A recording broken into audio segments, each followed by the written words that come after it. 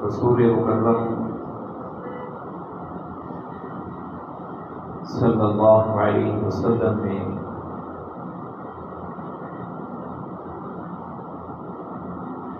ایک موقع کے اوپر ارشاد فرمایا، یا ایھا الناس، اے لوگو، ان علی کل اہل بیت فی کل عام اضحیہ، تمہارے اوپر اہل بیت میں سے فی کل عام، ہر سال ایک قربانی ہے۔ اور ایک حدیث کے اندر رسول مکرم صلی اللہ علیہ وسلم فرماتے ہیں، عید والے دن ما عمل ابن آدم یوم النحر عملا احب الی اللہ، عید کے دن اللہ رب العالمین کو اعمال میں سے عید الاضحیٰ کے دن سب سے جو محبوب عمل ہے، من احراق الدم، قربانی کے جانور کا خون بہانا ہے، یعنی قربانی کرنا عید الاضحیٰ کے دن یہ سب سے زیادہ فضیلت والا عمل ہے۔ اور ایک حدیث کے اندر اللہ کے پیغمبر صلی اللہ علیہ وسلم فرماتے ہیں، آپ نے فرمایا، من کان لہ سعۃ، جس شخص کے پاس استطاعت ہے، طاقت ہے، وہ قربانی کر سکتا ہے، فلم یضحی، لیکن پھر بھی وہ قربانی نہیں کرتا، فلا یقربن مصلانا، اللہ کے پیغمبر صلی اللہ علیہ وسلم فرماتے ہیں کہ وہ پھر ہماری عیدگاہ کی طرف نہ آئے۔ یہ رسول مکرم صلی اللہ علیہ وسلم کا غصہ ہے کہ جو استطاعت کے باوجود بھی قربانی نہیں کرتا، فرمایا کہ وہ پھر ہماری خوشیوں میں بھی شریک نہ ہو۔ حالانکہ عید کی نماز جو ہے اس کے لیے تو اللہ کے پیغمبر صلی اللہ علیہ وسلم نے یہاں تک فرمایا ہے کہ جو عورت مخصوص ایام سے گزر رہی ہے اس کے لیے نماز منع ہے، وہ نماز نہیں پڑھ سکتی، لیکن پھر بھی وہ عید کے خطبے کے اندر لازمی شرکت کرے۔ اتنی عظمت والی عید کی نماز ہے، اتنی تاخیر کی ہے، لیکن جو طاقت کے ہوتے ہوئے بھی قربانی نہیں کرتا، رسول مکرم صلی اللہ علیہ وسلم نے اس کے لیے اس قدر شدید غصے کا اظہار کیا۔ خود رسول مکرم صلی اللہ علیہ وسلم، صحابی بیان کرتے ہیں، نبی علیہ السلام 10 سال مدینے کے اندر رہے، ان 10 سالوں کے اندر ہر سال رسول اللہ صلی اللہ علیہ وسلم قربانی کیا کرتے، باوجود اس کے کہ غربت کا حال یہ ہے۔ حضرت عائشہ رضی اللہ تعالیٰ عنہ بیان کرتی ہیں، نبی صلی اللہ علیہ وسلم نے ساری زندگی مسلسل 2 دن آپ صلی اللہ علیہ وسلم نے پیٹ بھر کے کھانا نہیں کھایا۔ یہ غربت کی حالت ہے۔ اور حضرت عائشہ کی روایت ہے، اِنَّا كُنَّا لَنَنظُرُ إِلَى الْهِلَالِ ثُمَّ الْهِلَالِ ثُمَّ الْهِلَالِ، کہتی ہیں ایک چاند بھی گزر جاتا، دوسرا بھی گزر جاتا، تیسرا بھی گزر جاتا، 3 چاند گزر گئے، یعنی 2 مہینے گزر جاتے۔ وَمَا أُوقِدَ فِي أَبْيَاتِ رسول اللہ صلی اللہ علیہ وسلم نارا، اللہ کے پیغمبر کے گھروں کے اندر چولہا نہیں جلتا تھا۔ سوال کرنے والے نے سوال کیا کہ ماں جی پھر گزارا کیسے ہوتا تھا؟ پیٹ تو لگا ہوا ہے، بھوک تو لگتی ہے، پھر گزارا کیسے ہوتا تھا؟ تو حضرت عائشہ فرماتی ہیں کہ ہم دو چیزوں کے ساتھ گزارا کرتے تھے. دو چیزیں کون سی ہیں؟ ایک کھجور اور ایک پانی. ان دو چیزوں کے ساتھ گزارا کرتے. اور نبی صلی اللہ علیہ وسلم بعض مواقع تو ایسے آئے ہیں کہ آپ نے دو قربانیاں کی. بلکہ ایک موقع کے اوپر آپ صلی اللہ علیہ وسلم نے 100 اونٹ ذبح کیے قربانی کے موقع کے اوپر. اس قدر غربت کے باوجود ہمیں سے کوئی شخص، میں نہیں سمجھتا کہ اس معاشرے کے اندر ایسا ہو کہ جس کے گھر کے اندر فاقوں کی یہ حالت کہ 3 چاند گزر جائیں، 2 ماہ گزر جائیں اور اس کے گھر کے اندر چولہا نہ چلے. میں نہیں سمجھتا کہ اس دور کے اندر فاقوں کی یہ حالت ہے. لیکن رسول اللہ صلی اللہ علیہ وسلم اس فاقہ کشی کے باوجود بھی آپ صلی اللہ علیہ وسلم قربانی لازمی کیا کرتے. آپ نے 100 اونٹ ذبح کیا ہے. 63 اونٹ آپ نے اپنے ہاتھوں سے ذبح کیا. پھر اس کے بعد نبی صلی اللہ علیہ وسلم نے حضرت علی کو کہا کہ اب جو اونٹ رہ گئے وہ تم ذبح کرو. پھر وہ اونٹ حضرت علی نے ذبح کی، ان کا گوشت لوگوں کے اندر تقسیم کیے. یہ جذبہ تھا. صحابہ کرام بیان کرتے ہیں کہ ہم اپنی قربانی کے جانوروں کی بڑی خدمت کیا کرتے تھے. ان کو خوب موٹا تازہ کرتے. موٹا تازہ کرنے کے بعد پھر اس کو اللہ کے راستے میں ذبح کیا کرتے. اور نبی صلی اللہ علیہ وسلم نے جہاں تک یہ خود اہتمام کیے، کئی مواقع ایسے بھی آئے ہیں کہ آپ نے اپنے ان جانوروں کو صحابہ کرام کے اندر تقسیم کیے. آپ کے پاس زیادہ قربانی ہے، نبی صلی اللہ علیہ وسلم نے صحابہ کرام کے اندر تقسیم کر دی کہ وہ باعزت طریقے کے ساتھ اپنی قربانی کو کریں. بلکہ میں چاہوں گا کہ اس سنت کو بھی زندہ کیا جائے. ہمارے پچھلے کئی دنوں سے ایک ویڈیو گردش کر رہی ہے ہمارے استاد گرامی قاری صہیب احمد میر محمدی حافظہ اللہ تعالی. انہوں نے اپنے ادارے کے اساتذہ کے اندر قربانی کے جانوروں کو تقسیم کیے. وہ خود قربانی کے جانور ذبح کریں. اور یہ اس سال نہیں ہوا، پچھلے کئی سالوں سے یہ سلسلہ چل رہا ہے. وہ اپنے اساتذہ کے اندر یہ جانور تقسیم کر دیتے ہیں، خود باعزت طریقے سے ذبح کریں.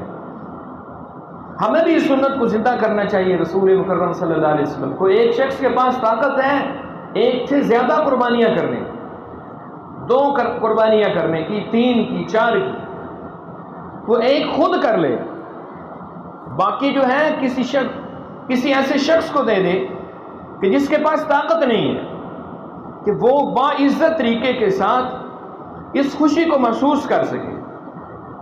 بلکہ میں کہوں گا کہ وہ خوشی، اس خوشی کو ہم سے زیادہ محسوس کرے گا.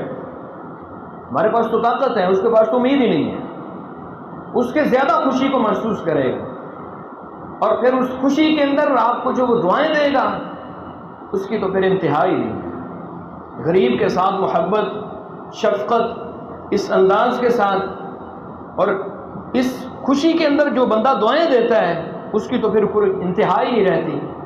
اور پھر جو دعائیں آسمان تک پہنچتی ہیں، یہ تقریباً 4-5 سال پہلے کی بات ہے، پہلے بھی شاید میں نے آپ کو یہ واقعہ سنایا ہو. جدے کا یا ریاض کا ایک شخص ہے، اس کو رات کو خواب آتا ہے. ایک دن آیا، دوسرے دن آیا، تیسرے دن آیا، خواب آ رہے ہیں. خواب کیا آ رہا ہے؟ فلاں شخص کو عمرہ کرو. آپ کسی غریب کو خوش کرتے ہیں، اس کے دل سے جو دعا نکلتی ہے اس کو اللہ قبول کیسے کرتے ہیں؟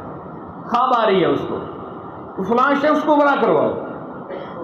گھر کا پتہ بھی بتایا جا رہا ہے. وہ گیا، اس کے دروازے پر دستک دی. باہر ایک شخص نکلا، تیرا نام کیا ہے؟ فلاں نام. اس نے کہا میں تمہیں عمرہ کروانا چاہتا ہوں. اخبارات نے لکھا ہے اس واقعے کو، میں تمہیں عمرہ کروانا چاہتا ہوں. وہ لے گیا، اس کو عمرہ کروایا. طواف وداع کر کے بیت اللہ کا طواف کر کے واپس لوٹ رہے تھے، حرم کے اندر ہی اس شخص کی روح پرواز کر گئی. کیسی خوبصورت موت ہے. وہ بندہ بڑا حیران ہوا کہ بظاہر یہ کوئی بہت بڑا نیک نہیں لگتا ہے. اس کی بیوی کے پاس گیا، پوچھا یہ کون سا ایسا عمل کرتا تھا، میرے ساتھ یہ معاملہ ہوا ہے، کتنی خوبصورت موت اللہ تعالیٰ نے اس کو دی.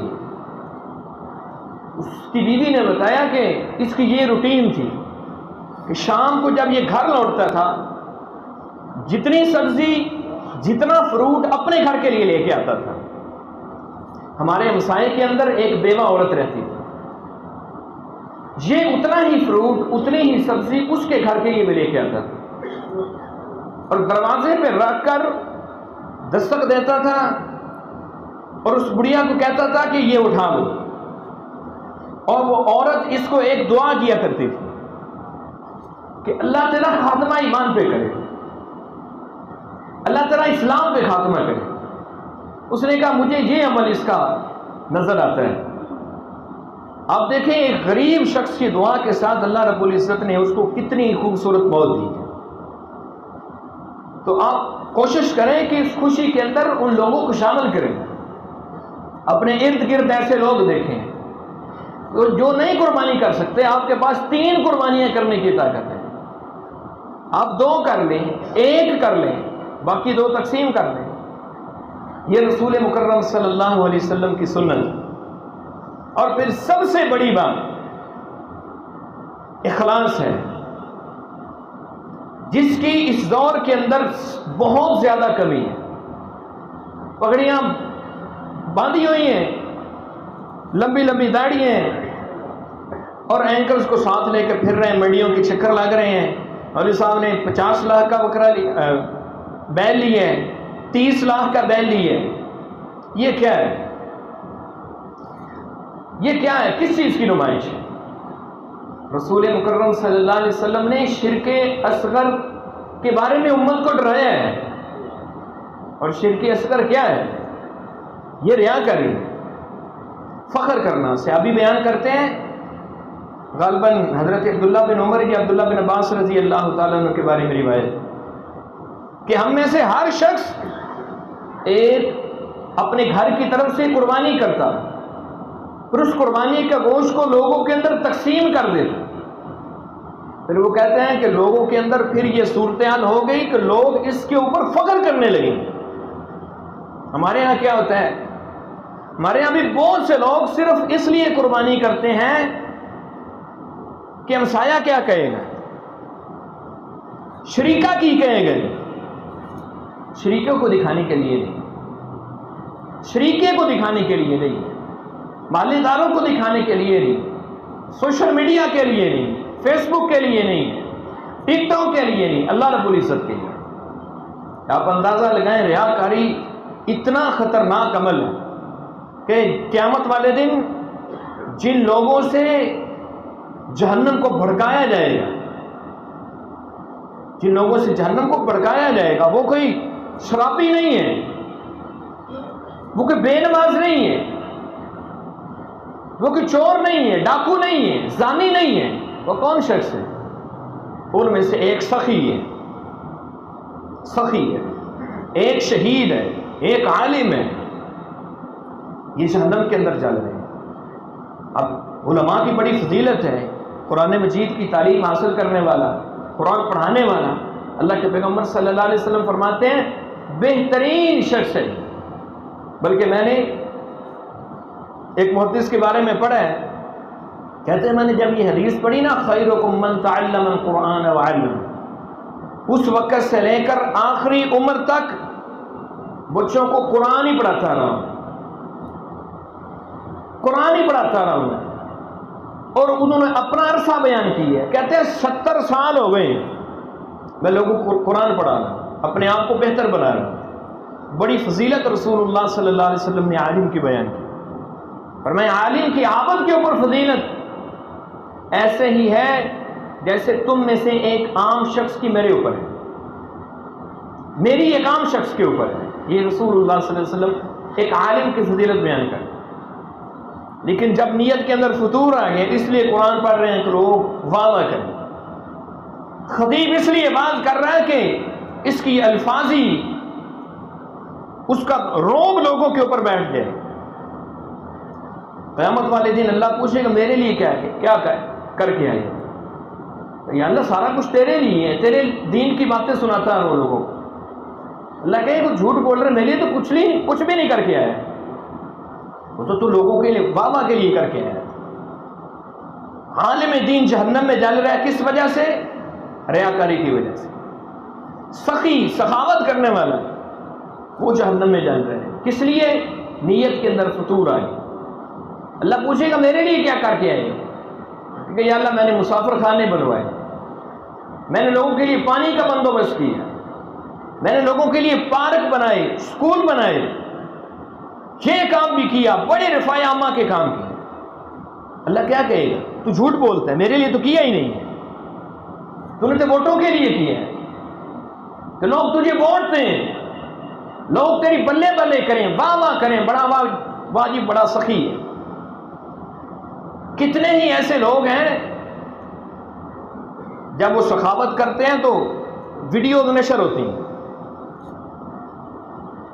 میں خود ایسے لوگوں کو جانتا ہوں، اور جب ان کو واقعہ ہی کسی مستحق شخص کو ان کے پاس بھیجا جاتا ہے تو اس کی باتیں نہیں سنتے ہیں، بلے بلے واہ واہ۔ اللہ کہے کہ تو جھوٹ بول رہا ہے، میرے لیے تو نے کیا ہی نہیں ہے۔ ساری سخاوت ردی کی ٹوکری میں پھینک دی، کچھ بھی نہیں ملا ہے، اس کو بھی جہنم میں پھینک دی۔ شہید کتنی بڑی فضیلت ہے، خون کا قطرہ بعد میں زمین پر گرا ہے، جنت کے اندر اللہ اس کو مقام پہلے دکھا دیتا ہے،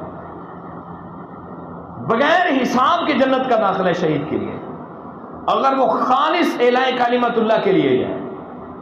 لیکن جب نیت کے اندر فطور آ گیا، اللہ پوچھے گا میرے لیے کیا کر کے آئے گا؟ یا اللہ تیرے لیے میں نے اپنی جان کا نذرانہ پیش کیا ہے، گردن کٹوائی ہے، نہیں تو نے میرے لیے نہیں کی، تو جھوٹ بول رہے، اس کو بھی جہنم کے اندر پھینک دیا گیا۔ ان کے ساتھ جہنم کو بھڑکایا جائے۔ اس لیے قربانی کے لیے اخلاص، قرآن مجید کے اندر بھی اللہ رب العزت نے فرمایا لَن يَنَالَ اللَّهَ لُحُومُهَا وَلَا دِمَاؤُهَا وَلَكِنْ يَنَالُهُ التَّقْوَى مِنْكُمْ۔ ہمارے پاس تمہارا گوشت نہیں پہنچتا ہے، تم کھا جاتے ہو، خون زمین پی جاتی ہے، ہم تو دیکھتے ہیں کہ تمہارے دلوں کے اندر تقوی کیسا ہے۔ اسی طرح قربانی کرنے والا شخص، اس کو حکم کیا ہے؟ بے عیب جانور تلاش کریں۔ کیوں حکم ہے؟ اس لیے وہ جب بے عیب تلاش کرے گا تو اس کے ساتھ خود بھی اپنے آپ کو بے عیب بنانے کی کوشش کرے۔ سارا سال ڈنڈی چلی ہے، سارا سال دکانوں پہ جھوٹ چلے، دغا بازیاں، فراڈ، دھوکے، ملاوٹ، اچھا دکھا کے ناقص دینا، اور قربانی کر رہا 30 لاکھ کی، ساری زندگی داغدار بنا دی اپنی، اور جانور تلاش کر رہا ہے بے عیب، بے داغ۔ اللہ رب العزت نے ہماری مختلف طریقے سے ٹریننگ کروائی ہے کہ بندہ میری طرف لوٹ آئے۔ مثال کے اوپر عشرہ ذوالحجہ، جیسے پہلے اللہ رب العزت نے حکم دیا ہے، نبی علیہ السلام نے لوگوں کو کہا ہے، ترغیب دلائی ہے، کس چیز کی؟ آپ نے ناخن نہیں کٹوانے، بال نہیں کٹوانی، حجامت نہیں بنوانی۔ کس کا حکم ہے؟ بولے رسول مکرم صلی اللہ علیہ وسلم، اللہ کے پیغمبر صلی اللہ علیہ وسلم کا حکم ہے۔ اب اس نے 10 دن ناخن نہیں کٹوائے، 10 دن بال نہیں کٹوائے، 10 دن غیر ضروری بال نہیں کٹوائے، حجامت نہیں بنوائی، قربانی کر کے جا کے حجام کے سامنے بیٹھتا ہے، کہتا ہے یہ کس نے حکم دیا ہے اس کو مڑوانے کا؟ 10 دن نہیں کٹوائے ناخن، کس کا حکم سمجھ کر؟ اللہ کے پیغمبر کا حکم کر۔ 10 دن اپنے آپ کو پابند کیے ہیں۔ اسی پیغمبر نے 6 سیغوں کے ساتھ امت کو حکم دیا ہے کہ اس کو معاف کر دو، چھوڑ دو اس کو۔ اسی پیغمبر نے حکم دیا ہے کہ ملاوٹ نہیں کرنی، لوگوں کے ساتھ دھوکہ نہیں دینا، جھوٹ بول کر مال نہیں بیچنا، اچھا دکھا کے ناقص نہیں دینا، اسی پیغمبر کا حکم ہے۔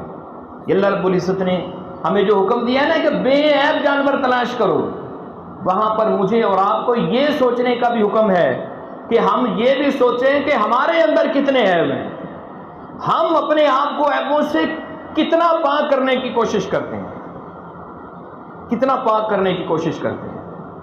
اور اسی طرح شروع میں نے جو آیت پڑھی ہے اس کے اندر اللہ تعالیٰ نے 2 حکم دیے، فَصَلِّ لِرَبِّكَ وَانْحَرْ، اے پیغمبر آپ نماز پڑھیں، وَانْحَرْ اور قربانی کریں۔ ابھی حضرت صاحب 1 لاکھ کا بکرا لے کے آیا ہے، بتاتے ہیں محلے والوں کو، پڑوسی کو بتاتا ہے میں 1 لاکھ کا لے کے آیا ہوں، میں نے 3 لاکھ کا جانور ذبح کیے ہیں۔ اب اس کے پیچھے جو حکم ہے، ایک قربانی اللہ رب العزت نے اس سے پیچھے بھی مانگی ہے، سال بعد جو قربانی مانگی ہے وہ تو کر رہے ہیں، اور جو دن کے اندر 5 دفعہ اللہ رب العزت نے قربانی مانگی ہے، جس کے بغیر ایمان تو دور کی بات اسلام ہی مکمل نہیں ہے۔ ایمان تو بعد والا، اوپر والا لیول ہے، 3 لیول ہے نا، اسلام، ایمان، احسان۔ احسان تقوی کی انتہا ہے، اس کے نیچے ایمان ہے، پھر اس کے نیچے اسلام ہے۔ اب ہماری صورتحال یہ ہے، اللہ کے پیغمبر صلی اللہ علیہ وسلم نے حکم دیا، فرمایا کہ اسلام کی بنیاد 5 چیزوں کے اوپر کھڑی ہے، ان میں سے ایک کیا ہے؟ نماز۔ یہ سارا سال مسجد میں نہیں آیا، جمعے کے لیے آتا ہے، اس وقت انتظار کرتا رہتا ہے کدوں 1 بجے گا، انتظار کرتا رہتا ہے، خطبہ دے لے مولوی صاحب پھر جائیں گے مسجد میں، انتظار کرتا رہتا ہے۔ اللہ کے بندو، یہ قربانی پہلے اللہ رب العزت نے مانگی ہے نماز کے لیے۔ ایک اور آیت میں نے آپ کے سامنے پڑھی، اس کے اندر بھی اللہ رب العزت نے نماز کا پہلے حکم دیا اپنے پیغمبر کو، اے پیغمبر آپ امت کو کہہ دیں، قل، ان کو کہہ دیں، ان صلاتی، میری نماز، میری نماز، ونسکی، کس کے لیے؟ اللہ رب العزت کے لیے، نماز پہلے ہے۔ میں یہ فتویٰ نہیں لگاتا کہ اس کی قبول ہوگی یا نہیں، یہ اللہ رب العزت کے اختیار میں، قبول کرے یا نہ کرے، لیکن میں یہ آپ کے سامنے آپ کو یہ ضرور کہوں گا کہ سال بعد جو اللہ رب العزت نے حکم دیا تھا قربانی کا، اس کے لیے تو بڑی محنت ہے، کر رہے ہیں، کرنی بھی چاہیے، لازمی کرنی چاہیے، لیکن اس سے پہلے جو حکم دیا اللہ رب العزت نے 5 وقت نماز کا، مؤذن آواز لگاتا ہے، حی علی الصلاۃ، حی علی الفلاح، آؤ اللہ کی طرف، اللہ کے ذکر کی طرف، فلاح کی طرف، کامیابیوں کی طرف، اس پہ لبیک کون کہے گا؟ یہ قربانی کون پیش کرے گا؟ یہ قربانی اللہ رب العزت نے پہلے مانگی۔ میں نے آپ کے سامنے حدیث پڑھی ہے، اللہ کے پیغمبر فرماتے ہیں اسلام کی عمارت 5 چیزوں پہ کھڑی ہے۔ اس حال کی کتنی دیواریں ہیں؟ 4۔ ایک دیوار کو نکال دیا جائے گا، کوئی عقل و فہم رکھنے والا شخص کہے گا کہ یہ مسجد مکمل ہے، کہیں گے نہیں، نامکمل ہے، اس کو مکمل کرو۔ ایک مسجد کی عمارت 4 دیواروں پہ کھڑا ہے، یہ لینٹر، ایک دیوار نکال دی جائے مسجد کا حال نامکمل ہو گیا۔ میرے اسلام کی عمارت کھڑی ہے 5 چیزوں کے اوپر، 5 چیزوں کے اوپر میرے اسلام کی عمارت کھڑی ہے، اور ان میں سے نماز والی عمارت اگر نکل گئی، نماز والا ستون نکل گیا، مجھے بتاؤ میرے اسلام کی عمارت کیسے کامیاب رہے گی؟ مجھے کوئی سمجھے۔ اس لیے نماز پہلے ہے۔